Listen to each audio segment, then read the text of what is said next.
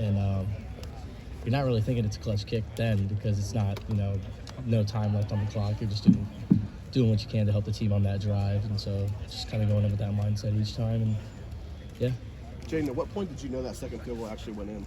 I knew it pretty early on, I think before most of the guys knew it, because I had to tell the line it went in, because, that's kind of one of those kicks that, for me, I practice a lot as the left hash, and I know if I hit it true, it usually stays right there, so I trusted it and just went with what I knew. I'm curious, how hard is it to bounce back from a miss? Whether it's Will Howard or a pick six, or it's Denzel or a kicker. I mean, how do you get past it?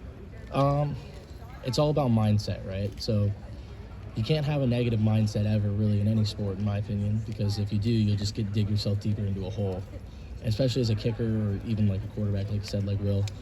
Will came out, had a bad start, came back, bounced right back. It's just what you do if you're a competitor. You just always, it's having a short-term memory. You just have to have a short-term memory, and you got to be able to bounce back. Do you get help from outside, whether it's family, friends, sports psychologists, whatever? Is that part of it?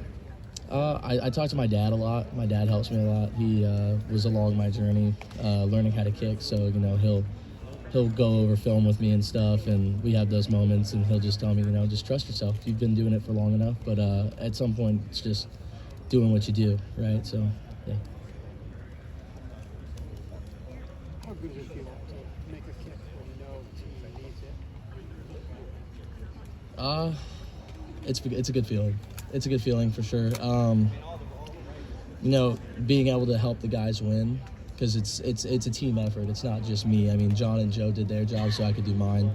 The coaches put me in a good position to make the kick. So, it's a complete team effort, and being able to finish it off like that, it's a really good feeling. I don't think we had a chance to ask you. You bring this up. The game with the kickoffs. Yeah. You tweak something? What was going on there? Yeah, I ended up tweaking my hip flexor on the opening kickoff, and I kind of tried to play through it, thought I could get through it. Sometimes as an athlete, you feel things, and you're like, oh, I can keep going, but kicker's one of those spots where it's like, okay, it's obvious that this guy's not good anymore, so, yeah. How hard, criticism, there's a lot of jokes about it. How'd you kind of handle that? I always try and stay off social media. I think it's the best thing for athletes, especially kickers in college. They face a lot of scrutiny, but at some point you gotta wake up and smell the roses, and you gotta bounce back. Let it motivate you, not put you down. Obviously, you have self-confidence, but when you hit a 46-yarder in a game of the magnitude last Saturday was, is it a bit of an exhale just to know you got that in your back pocket, you got that dependability on a big stage? The big stage and the small stage is the same for me.